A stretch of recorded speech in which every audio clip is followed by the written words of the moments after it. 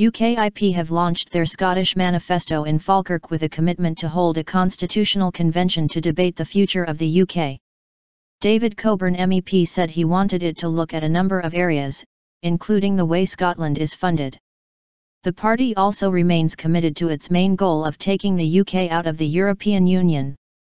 There was no hard copy of the Scottish manifesto available at the launch as it was delayed in the bank holiday post. Mr. Coburn said he wanted to see the Barnett formula, which allocates funds to Scotland, discussed in a constitutional convention after the election. He said his party wants Scotland to be re-industrialised and accused the SNP of wanting to take Scotland back to the days of William Wallace with people living in mud huts.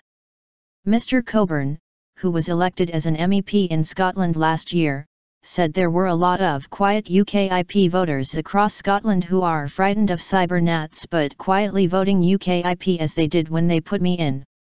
Stick it.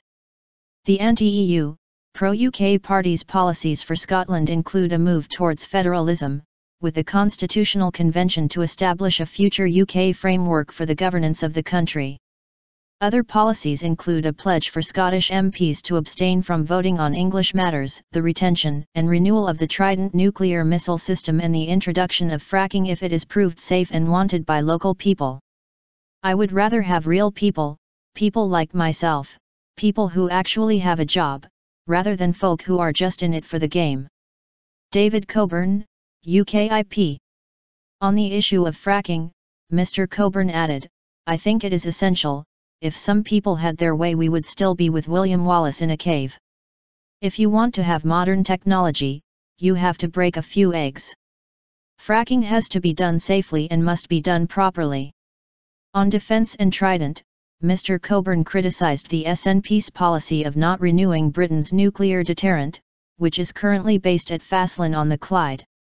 I don't want to see Scotland turned into some stripped pine Scandinavian, peacenik sauna republic that the SNP seek to create, he said. They can take it and stick it. Mr. Coburn and his colleagues shrugged off suggestions that the party was amateur in Scotland, after failing to provide copies of its manifesto at the launch. He was quizzed on why some candidates had failed to attend hustings events in their constituencies. Mr. Coburn said UKIP's candidates were real people with real jobs and added, I would rather have real people, people like myself, people who actually have a job, rather than folk who are just in it for the game.